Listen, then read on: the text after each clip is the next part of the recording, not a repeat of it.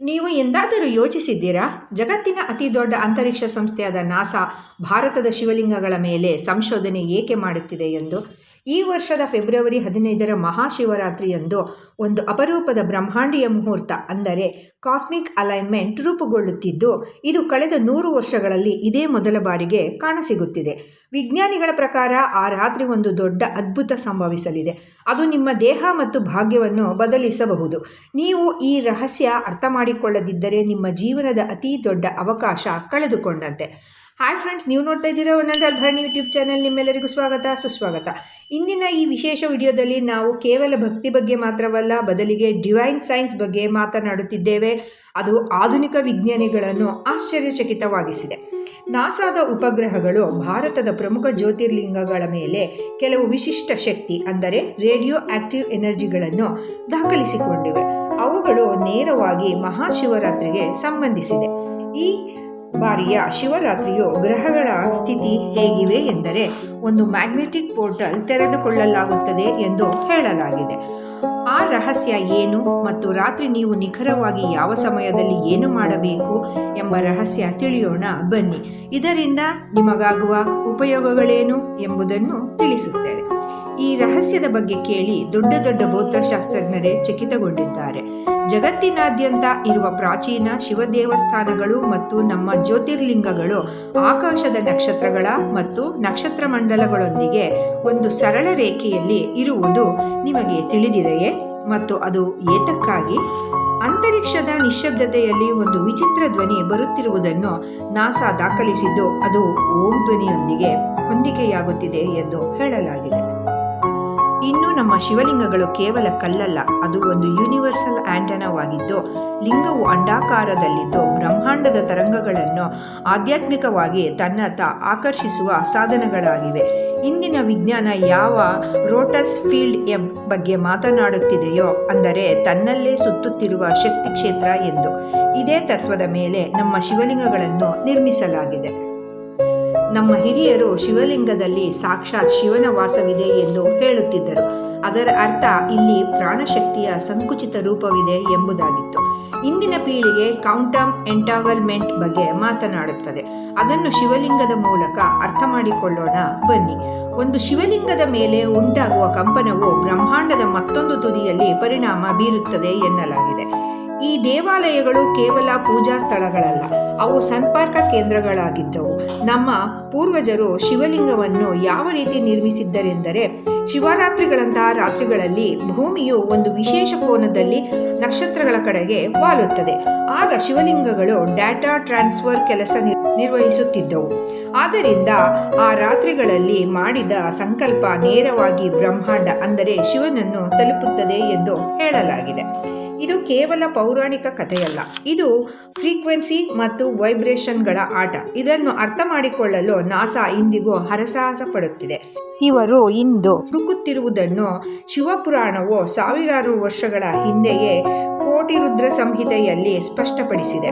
ಶಿವರಾತ್ರಿಯು ಬ್ರಹ್ಮಾಂಡದ ಏಕೀಕರಣದ ಒಂದು ಮಾರ್ಗದರ್ಶಿಯಾಗಿದೆ ಎಂದು ಹೇಳಲಾಗಿದೆ. ಪುರಾಣಗಳಲ್ಲಿ ಮಹಾಶಿವರಾತ್ರಿ ನಿರಾಕಾರ ಬ್ರಹ್ಮನು ಮೊದಲ ಬಾರಿಗೆ ಸಾಕಾರ ರೂಪದಲ್ಲಿ ಶಿವಲಿಂಗವಾಗಿ ಪ್ರತ್ಯಕ್ಷನಾದ ಕ್ಷಣ ಎಂದು ಹೇಳಲಾಗಿದೆ. ವೈಜ್ಞಾನಿಕ ಭಾಷೆಯಲ್ಲಿ ಸಿಂಗ್ಯುಲಾರಿಟಿ ಸ್ಫೋಟವಾದ ದಿನವೆಂದು, ಇಂದು ಬಿಗ್ ಬ್ಯಾಂಗ್ ಎಂದು ಕರೆಯಲಾಗುವ ಘಟನೆಯೊಂದಿಗೆ ಹೋಲಿಸಲಾಗಿದೆ. ಶಿವಪುರಾಣದಲ್ಲಿ ಶಿವರಾತ್ರಿಯಂದು ಆದಿ ಅಂತ್ಯಗಳಿಲ್ಲದ ಒಂದು ಪ್ರಕಾಶ ಸ್ತಂಭ ಪ್ರತ್ಯಕ್ಷವಾಯಿತೆಂದು ಹೇಳಲಾಗಿದೆ. ಅದನ್ನೇ ಜ್ಯೋತಿರ್ಲಿಂಗವೆಂದು ಕರೆಯುತ್ತಾರೆ. ಮಹಾಶಿವರಾತ್ರಿಯಂದು ಒಂದು ಗುಪ್ತ ವಿಧಾನದ ಮೂಲಕ ಒಬ್ಬ ಸಾಮಾನ್ಯ ಮನುಷ್ಯನು ನೇರವಾಗಿ ಭಗವಾನ್ ಶಿವನೊಂದಿಗೆ ಅಂದರೆ ಕಾಸ್ಮಿಕ್ ಚೈತನ್ಯದೊಂದಿಗೆ ಸಂವಾದಿಸಬಹುದೆಂಬ ರಹಸ್ಯವನ್ನು ಶಿವಪುರಾಣದಲ್ಲಿ ಉಲ್ಲೇಖಿಸಲಾಗಿದೆ. ನಮ್ಮ ಋಷಿಗಳು ಇದನ್ನು ಮಹಾಮಿಲನದ ರಾತ್ರಿ ಎಂದು ಕರೆಯುತ್ತಾರೆ, ಏಕೆಂದರೆ ಜೀವನು ಶಿವನೊಂದಿಗೆ ಬೆರೆಯುವ ಕ್ಷಣ ಅಂದು ಆಗಿರುತ್ತದೆ. ಈಗ ಪ್ರಶ್ನೆ, ಈ ಮಿಲನ ಹೇಗೆ ಸಾಧ್ಯ? ಇದಕ್ಕಾಗಿ ಯಾವುದಾದರೂ ವಿಶೇಷ ಮಂತ್ರವಿದೆಯೇ ಅಥವಾ ದೇಹದ ಯಾವುದಾದರೂ ವಿಶೇಷ ಸ್ಥಿತಿಯ ಅವಶ್ಯಕತೆ ಇದೆಯೇ ಎಂಬುದಾಗಿದೆ. ಶಿವಪುರಾಣದ ಒಂದು ಗುಪ್ತ ಅಧ್ಯಾಯದಲ್ಲಿ ಒಂದು ವಿಧಾನವನ್ನು ಸೂಚಿಸಿದ್ದಾರೆ.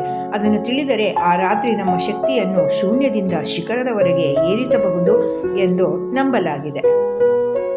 ಈಗ ನಾಸಾವು ನಮ್ಮ ಪ್ರಾಚೀನ ಪಂಚಾಂಗಗಳ ಹೊಂದಾಣಿಕೆಯಿಂದ ಹೊರಬಂದ ಮಾಹಿತಿಯ ಕುರಿತು ಮಾತನಾಡುತ್ತಿದೆ. ನಾಸಾದ ಹೆಬಲ್ ಟೆಲಿಸ್ಕೋಪ್ ಮತ್ತು ಜೇಮ್ಸ್ ವೇವ್ ಅಂತರಿಕ್ಷದಲ್ಲಿ ಕೆಲವು ಗಾಮಾ ರೇ ಬಸ್ಟರ್ಗಳನ್ನು ದಾಖಲಿಸಿವೆ ಎಂದು ಹೇಳಲಾಗಿದೆ. ಅವು ಭೂಮಿಯ ಚುಂಬಕೀಯ ಕ್ಷೇತ್ರದೊಂದಿಗೆ ಸಂಬಂಧ ಹೊಂದಿದೆ ಮತ್ತು ಆಶ್ಚರ್ಯಕರ ಸಂಗತಿ ಏನೆಂದರೆ 2026 ಫೆಬ್ರವರಿ 15 ರಾತ್ರಿ ಭೂಮಿ, ಚಂದ್ರ ಮತ್ತು ಸೌರಮಂಡಲದ ಕೆಲವು ವಿಶೇಷ ಗ್ರಹಗಳು 0 ಪಾಯಿಂಟ್ ಸ್ಥಿತಿಗೆ ಬರುತ್ತವೆಂಬುದು ಹೇಳಲಾಗುತ್ತಿದೆ. ಇದರಿಂದ ನಮ್ಮ ಜ್ಯೋತಿರ್ಲಿಂಗಗಳ ಮೇಲ್ಭಾಗದಲ್ಲಿ ಒಂದು ಎನರ್ಜಿ ವರ್ಟೆಕ್ಸ್ ಉಂಟಾಗುತ್ತದೆ ಮತ್ತು ಆ ರಾತ್ರಿ ಭೂಮಿಯ ಗುರುತ್ವಾಕರ್ಷಣ ಶಕ್ತಿ ವಿಶೇಷ ರೀತಿಯಲ್ಲಿ ವರ್ತಿಸುತ್ತದೆ ಎಂದು ಹೇಳಲಾಗಿದೆ. ಇದನ್ನು ಶಿವಪುರಾಣದ ಆ ಹೇಳಿಕೆಯೊಂದಿಗೆ ಹೋಲಿಸಿ ನೋಡಿ.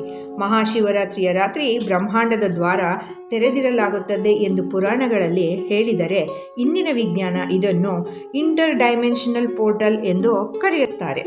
ನಮ್ಮ ಪುರಾಣ ಮತ್ತು ನಾಸಾದ ಸಂಶೋಧನೆ ಒಂದೇ ರೀತಿಯ ಸಂಗತಿಯನ್ನು ಸೂಚಿಸುತ್ತಿವೆ.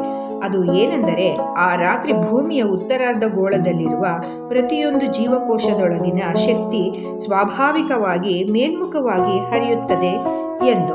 ಆ ಸಮಯದಲ್ಲಿ ನಮ್ಮ ಬೆನ್ನೆಲುಬು ಒಂದು ಸೂಪರ್ ಕಂಡಕ್ಟರ್ನಂತೆ ವರ್ತಿಸುತ್ತದೆ ಎಂದು ಹೇಳಲಾಗುತ್ತದೆ. ನೀವು ಆ ರಾತ್ರಿ ಮಲಗಿದ್ದರೆ ಅಥವಾ ಬಾಗಿ ಕುಳಿತಿದ್ದರೆ ನಿಮ್ಮ ಜೀವನದ ಎಲ್ಲ ಕಷ್ಟಗಳನ್ನು ನಿವಾರಿಸಬಹುದಾದ ಬ್ರಹ್ಮಾಂಡೀಯ ಶಕ್ತಿಯ ಹರಿವನ್ನು ತಡೆದು ಬಿಡುತ್ತೀರಾ. ನಾಸಾದ ಉಪಗ್ರಹಗಳು ಮಹಾಶಿವರಾತ್ರಿಯ ರಾತ್ರಿಯಂದು ಶಿವಲಿಂಗಗಳ ಮೇಲಿರುವ ಆಕಾಶವು ಇತರ ರಾತ್ರಿಗಳಿಗಿಂತ ಹೆಚ್ಚು ಧನಾತ್ಮಕವಾಗಿರುವುದನ್ನು ದಾಖಲಿಸಿವೆ.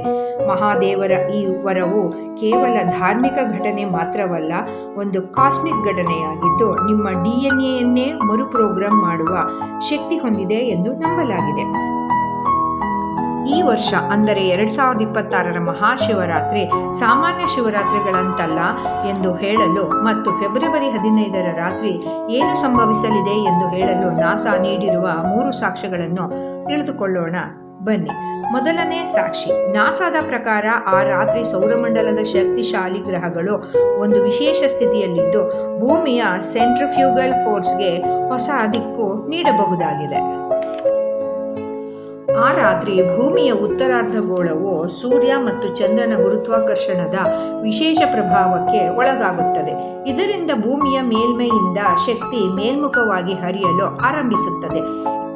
ಇದು ಲಕ್ಷಾಂತರ ವರ್ಷಗಳಿಂದ ನಡೆಯುತ್ತಿರುವ ಒಂದು ಸ್ವಾಭಾವಿಕ ಘಟನೆ. ಆದರೆ ಈ ಬಾರಿ ಇರುವ ಅಲೈನ್ಮೆಂಟ್ ಅದನ್ನು 100 ಪಟ್ಟು ಹೆಚ್ಚು ಶಕ್ತಿಶಾಲಿಯಾಗಿಸುತ್ತದೆ ಎಂದು ಅಭಿಪ್ರಾಯಪಟ್ಟಿದ್ದಾರೆ. ಎರಡನೇ ಸಾಕ್ಷಿ. ನಮ್ಮ ಪಂಚಾಂಗದ ಪ್ರಕಾರ ಈ ಬಾರಿ ಶಿವರಾತ್ರಿಯಂದು ಸರ್ವಾರ್ಥ ಸಿದ್ಧಿಯೋಗ ಹಾಗೂ ಶುಭಯೋಗ ಒಂದೇ ಸಮಯದಲ್ಲಿ ಸಂಭವಿಸುತ್ತದೆ. ಇದು ಕಳೆದ ದಶಕದಲ್ಲಿ ಕಂಡುಬರದ ಅಪರೂಪದ ಸಂಗಮವಾಗಿದೆ. ಪಂಚಾಂಗದ ಪ್ರಕಾರ ಫೆಬ್ರವರಿ 15 ಮಧ್ಯರಾತ್ರಿ ಅಂದರೆ ನಿಶಿತ ಕಾಲದಲ್ಲಿ ಚಂದ್ರನು ಶ್ರವಣ ನಕ್ಷತ್ರದ ಪ್ರಭಾವದಲ್ಲಿರುತ್ತಾನೆ. ಶ್ರವಣ ನಕ್ಷತ್ರದ ಸ್ವಾಮಿ ವಿಷ್ಣು. ಅದು ಶುಭ ಎಂದು ಪರಿಗಣಿಸಲಾಗುತ್ತಿದೆ. ವಿಜ್ಞಾನದ ಭಾಷೆಯಲ್ಲಿ ಹೇಳುವುದಾದರೆ ಆ ಸಮಯದಲ್ಲಿ ಚಂದ್ರನ ಕಿರಣಗಳು ಭೂಮಿಯ ವಾಯುಮಂಡಲದಲ್ಲಿರುವ ಆಯಾನ್ಗಳನ್ನು ಒಂದು ವಿಶಿಷ್ಟ ಆವೃತ್ತಿಯಲ್ಲಿ ಕಂಪಿಸುವಂತೆ ಮಾಡುತ್ತದೆ. ಆ ವೇಳೆ ನೀವು ಜಾಗೃತ ಸ್ಥಿತಿಯಲ್ಲಿ ಇದ್ದರೆ ನಿಮ್ಮ ಪೀನಿಯಲ್ ಗ್ರಂಥಿ, ಇದನ್ನು ಶಿವನ 3ನೇ ಕಣ್ಣು ಎಂದು ಕರೆಯುತ್ತಾರೆ, ಸ್ವಾಭಾವಿಕವಾಗಿ ಸಕ್ರಿಯವಾಗಲು ಪ್ರಾರಂಭಿಸುತ್ತದೆ. ಮೂರನೇ ಸಾಕ್ಷಿ. ನಾಸಾದ ಇತ್ತೀಚಿನ ಸಂಶೋಧನೆಗಳಲ್ಲಿ ವರ್ಷದ ಕೆಲವು ನಿರ್ದಿಷ್ಟ ಸಮಯಗಳಲ್ಲಿ ಅಂತರಿಕ್ಷದಿಂದ ಬರುವ ಕಾಸ್ಮಿಕ್ ಶಕ್ತಿ ಪ್ರಮಾಣ ಹೆಚ್ಚಾಗುತ್ತದೆ ಎಂದು ಕಂಡುಬಂದಿದೆ. ಶಿವಪುರಾಣದ ಪ್ರಕಾರ ಜ್ಯೋತಿರ್ಲಿಂಗ ಅಂದರೆ ಪ್ರಕಾಶದ ಮೂಲ ಸ್ತಂಭ ಇದೇ ಸಮಯದಲ್ಲಿ ಭೂಮಿಯ ಮೇಲೆ ಅತ್ಯಂತ ಸಕ್ರಿಯವಾಗಿರುತ್ತದೆಂದು ನಂಬಲಾಗಿದೆ. ಈ ಪರಮ ಪವಿತ್ರ ಅಥವಾ ಅತ್ಯಂತ ಶಕ್ತಿಶಾಲಿ ಮುಹೂರ್ತ ಫೆಬ್ರವರಿ 15 ರಾತ್ರಿ 11:50 12:40 ಇರುವ 50 ನಿಮಿಷಗಳಾಗಿದ್ದು ಇದನ್ನು ಮಹಾಮುಹೂರ್ತ ಎಂದು ಕರೆಯಲಾಗುತ್ತದೆ. ನಾಸಾದ ಡೇಟಾ ಪ್ರಕಾರ 50 ನಿಮಿಷಗಳಲ್ಲಿ ಭೂಮಿಯ ಚುಂಬಕೀಯ ಕ್ಷೇತ್ರ ಅತ್ಯಂತ ತೆಳ್ಳಗಾಗಿರುತ್ತದೆ ಎಂದು ಹೇಳಲಾಗಿದೆ. ಶಾಸ್ತ್ರಗಳ ಪ್ರಕಾರ ಇದೇ ಸಮಯದಲ್ಲಿ ಸ್ವರ್ಗ ಮತ್ತು ಭೂಮಿಯ ನಡುವಿನ ಪರದೆ ದೂರವಾಗುತ್ತದೆ ಎಂದು ನಂಬಲಾಗಿದೆ. ಒಟ್ಟಿನಲ್ಲಿ ನಮ್ಮ ಪುರಾಣಗಳಲ್ಲಿ ಉಲ್ಲೇಖಿಸಿರುವುದನ್ನು ಇಂದು ನಾಸಾ ವಿಜ್ಞಾನಿಗಳು ವೈಜ್ಞಾನಿಕವಾಗಿ ದೃಢೀಕರಿಸುತ್ತಿದ್ದಾರೆ. ನಮ್ಮ ಪುರಾಣ ಮತ್ತು ಇಂದಿನ ವಿಜ್ಞಾನದ ಪ್ರಕಾರ ಶಿವರಾತ್ರಿಯ ಆ ದಿವ್ಯ ಮುಹೂರ್ತದ ಸಮಯದಲ್ಲಿ ಅನಿಯಮಿತವಾದುದೇನನ್ನೋ ನಾವು ಪಡೆಯುತ್ತೇವೆ. ಅದು ನಮ್ಮ ಮುಂದೆ 365 ದಿನಗಳ ಆರೋಗ್ಯದ ಮೇಲೆ ಉತ್ತಮ ಪರಿಣಾಮ ಬೀರಲಿದೆ. ಆ 50 ನಿಮಿಷದ ದಿವ್ಯ ಮುಹೂರ್ತದಲ್ಲಿ ನಾವು ಏನು ಮಾಡಬೇಕು, ಹೇಗೆ ಮಾಡಬೇಕು, ಯಾವ ಚಮತ್ಕಾರಿ ಉಪಯೋಗಗಳಿವೆ ಎಂದು ತಿಳಿಯೋಣ ಬನ್ನಿ. ಬೆನ್ನಹುರಿಯನ್ನು ನೆಟ್ಟಗೆ ಇಟ್ಟುಕೊಂಡಿದ್ದರೆ ವಿಜ್ಞಾನದ ಪ್ರಕಾರ ದೇಹದ ಶಕ್ತಿ ಮೇಲ್ಮುಖವಾಗಿ ಹರಿಯುತ್ತದೆ.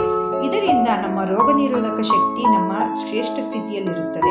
ಆದ್ದರಿಂದಲೇ ಶಿವರಾತ್ರಿಯ ಉಪವಾಸ ಮತ್ತು ಜಾಗರಣೆ ಮಾಡಿದವರಿಗೆ ವರ್ಷಪೂರ್ತಿ ರೋಗಗಳು ತಟ್ಟುವುದಿಲ್ಲ ಎಂದು ನಂಬಲಾಗಿದೆ.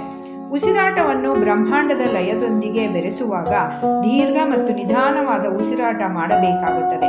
ಇದರಿಂದ ಉಸಿರಾಟ ಸ್ಥಿರವಾಗಿ ನಿಮ್ಮ ಮೆದುಳು ಆಕಸ್ಮಿಕ ಮಾಹಿತಿಯನ್ನು ಸ್ವೀಕರಿಸಲು ಸಿದ್ಧವಾಗುತ್ತದೆ.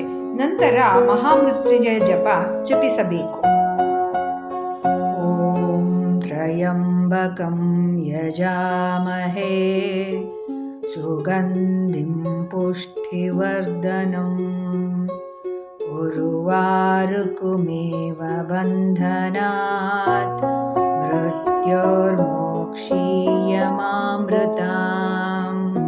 ಈ ಮಂತ್ರವು ಕಾಲವನ್ನೇ ಜಯಿಸಬಲ್ಲ ಮಂತ್ರವಾಗಿದೆ. ಇದರೊಂದಿಗೆ ಬೀಜ ಮಂತ್ರವಾದ ರೂಂಕಾರವನ್ನು ಸೇರಿಸಿ ಪ್ರತಿ ಬಾರಿಯೂ ಹೇಳುವುದರಿಂದ ನಿಮ್ಮ DNA ನಿಗೂಢ ಭಾಗವನ್ನು ಸಕ್ರಿಯಗೊಳಿಸುತ್ತದೆ ಎಂದು ನಂಬಲಾಗಿದೆ. ಕೆಲವು ಅಧ್ಯಯನಗಳ ಪ್ರಕಾರ ಶಿವರಾತ್ರಿಯಂದು ಹೃದಯದ ಬಡಿತ ಮತ್ತು ಮೃತ್ಯುಂಜಯ ಮಂತ್ರದ ಧ್ವನಿ ಒಂದೇ ಲಯದಲ್ಲಿ ಸೇರಿದಾಗ, ಅಂದರೆ ನಮ್ಮ ಹೃದಯದ ಬಡಿತಕ್ಕೆ ತಕ್ಕಂತೆ ಸೇರಿದಾಗ ದೇಹದೊಳಗೆ ಫೈಜೋ ಎಲೆಕ್ಟ್ರಿಕ್ ಪರಿಣಾಮ ಉಂಟಾಗಬಹುದು. ಅಂದರೆ ದೇಹ ಸ್ವತಃ ವಿದ್ಯುತ್ ಉತ್ಪಾದಿಸುತ್ತದೆ ಎಂದು ನಂಬಲಾಗಿದೆ. ನೀವು ಹೀಗೆ ಬ್ರಹ್ಮಾಂಡದ ಲಯದೊಂದಿಗೆ ಬೆರೆತು ಆ 50 ನಿಮಿಷಗಳ ಕಾಲ ಮಹಾಮೃತ್ಯುಂಜಯ ಜಪವನ್ನು ಬೀಜಮಂತ್ರದೊಟ್ಟಿಗೆ ಧ್ಯಾನಿಸುತ್ತಿರುವಾಗ ನೀವು ಸಾಕಾರಗೊಳಿಸಬೇಕೆಂದಿರುವ ಯಾವುದಾದರೂ ಒಂದು ಕನಸನ್ನು ಮನಸ್ಸಿನಲ್ಲಿ ಸ್ಪಷ್ಟವಾಗಿ ದೃಷ್ಟೀಕರಿಸಿ. ಹಿರಿಯರು ಹೇಳಿದಂತೆ ಆ ಸಮಯದಲ್ಲಿ ಶಿವನ ದ್ವಾರ ತೆರೆದಿರುತ್ತದೆ. ಇಂದಿನ ವಿಜ್ಞಾನದಲ್ಲಿ ಅಬ್ಸರ್ವರ್ ವರ್ಲ್ಡ್ಗೆ ಹೋಲಿಸಲಾಗಿದೆ. ನೀವು ದೃಷ್ಟೀಕರಿಸಿಕೊಂಡಿದ್ದೇ ವಾಸ್ತವವಾಗುತ್ತದೆ, ಅಂದರೆ ನಿಮ್ಮ ಕನಸು ಸಾಕಾರವಾಗುತ್ತದೆ. ಜಪಿಸುವಾಗ ಬ್ರಹ್ಮಾಂಡದ ಸಂಪೂರ್ಣ ಶಕ್ತಿ ನಿಮ್ಮ ತಲೆಯ ಮೂಲಕ ಪ್ರವೇಶಿಸಿ ನಿಮ್ಮ ಹೃದಯದ ಮೂಲಕ ದೇಹದಾದ್ಯಂತ ಹರಡುತ್ತಿದೆ ಎಂದು ಅನುಭವಿಸಿ. ಇದೇ ಆ ಕ್ಷಣ, ನೀವು ಮತ್ತು ಮಹಾದೇವರು ಒಂದಾಗುವ ಕ್ಷಣ. ಮಹಾಶಿವರಾತ್ರಿಯಂದು ಮಹಾ ಮಿಲನದ ಕ್ಷಣ. ಶಿವ ಜೀವರು ಒಂದೇ ಆಗುವ ಕ್ಷಣ, ಅಂದರೆ ಜೀವಾತ್ಮ ಪರಮಾತ್ಮನಾಗುವ ಕ್ಷಣ. ಇಷ್ಟೂ ವಿಷಯಗಳನ್ನು ಶಿವ ತಾನೇ ಸ್ವತಃ ಆದಿಯೋಗಿಯಾಗಿ ನಮಗೆಲ್ಲರಿಗೂ ತಿಳಿಸಿಕೊಟ್ಟಿದ್ದಾನೆ. ಯಾರ್ಯಾರು ಈ ಶಿವರಾತ್ರಿಯಲ್ಲಿ ಮಹಾದೇವನೊಂದಿಗೆ ಸಂವಾದ ಮಾಡಲು ಬಯಸುತ್ತೀರಾ, ಅಂದರೆ ಬ್ರಹ್ಮಾಂಡದ ಅದ್ಭುತ ಶಕ್ತಿಯನ್ನು ನಿಮ್ಮೊಳಗೆ ನೋಡಲು ಬಯಸುತ್ತೀರಾ? ಕಮೆಂಟ್ ಮಾಡಿ. ಧನ್ಯವಾದಗಳು.